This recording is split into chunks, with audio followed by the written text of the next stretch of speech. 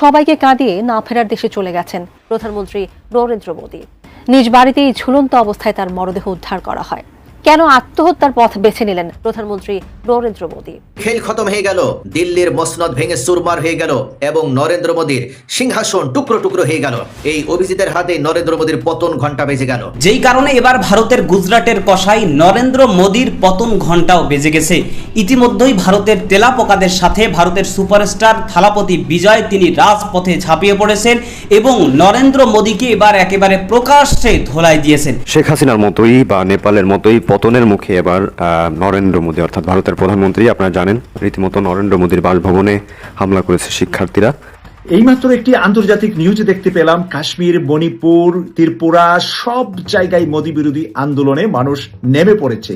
এই আন্দোলনটা শুধু মোদী বিরোধী থাকবে না, সেই আন্দোলনটা চলে যাবে কাশ্মীরের স্বাধীনতা, পাঞ্জাবের স্বাধীনতা, সেভেন সিস্টারের স্বাধীনতা। তারা কিছু দিনের ভিতরেই আপনারা দেখতে পারবেন যে তারা নিজ নিজ পতাকা উত্তোলন করবে এবং স্বাধীন রাষ্ট্র হিসাবে ঘোষণা করবে। এটাই ভারত বাঙ্গার সবচাইতে বড় মুখ্যম সময় বলে আমি মনে করছি। বারবার কিন্তু ভারতকে সতর্ক করা হয়েছিল যে শেখ হাসিনা হচ্ছে একটা কুপা, সে যেখানে যাবে এই ধরনের ঘটনাই ঘটবে। ভারত তো শুনে নেই আমাদের কথা, শেখ হাসিনাকে জায়গা দিয়েছে, এখন পরবর্তী ঠেলা সামলাও। আসসালামু আলাইকুম প্রিয় দর্শক শ্রোতা, ইন্নালিল্লাহ, নরেন্দ্র মোদী অবশেষে ইন্তিকাল ফর্মে গিয়েছেন এমনটা জানিয়েছে গণমাধ্যমে। অপরদিকে পশ্চিম বাংলার নিউজ ভিডিওতে জানাচ্ছি আপনাদেরকে স্বাগতম। আজকের এই ভিডিওটি খুবই গুরুত্বপূর্ণ হবে, খুবই চাঞ্চল্যকর। ইতিমধ্যে আপনারা ভিডিওর অংশ বিশেষ এবং শিরোনাম দেখে গেস করেছেন কতটা চাঞ্চল্যকর, কতটা গুরুত্বপূর্ণ হতে চলেছে আজকের এই ভিডিওটি। নরেন্দ্র মোদীর পতন সন্নিকটে, 100%-এর ভিতরে 100% পতন তার হয়েই গিয়েছে।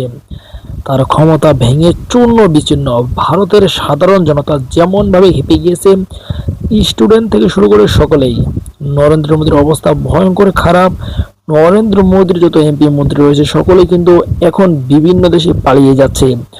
নরেন্দ্র মোদী যে চিপায় পড়ে গিয়েছিল সেই সেম চিপাই কিন্তু পড়েছিল শেখ হাসিনা। প্রিয় দর্শক বন্ধুরা, নরেন্দ্র মোদী যে কোনো মুহূর্তে খবর আসতে পারে অফিসিয়ালি নরেন্দ্র মোদী আর বেঁচে নেই।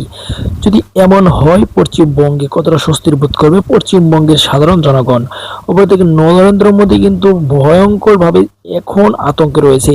শুধু নরেন্দ্র মোদী নয়, নরেন্দ্র মোদীর যত নেতাকর্মী, যত এমপি মন্ত্রী রয়েছে সকলে কিন্তু পালিয়ে যাচ্ছে বিভিন্ন দেশে। প্রিয় দর্শক বন্ধুরা, আপনারা এই বিষয়গুলো কেমন ভাবে দেখছেন?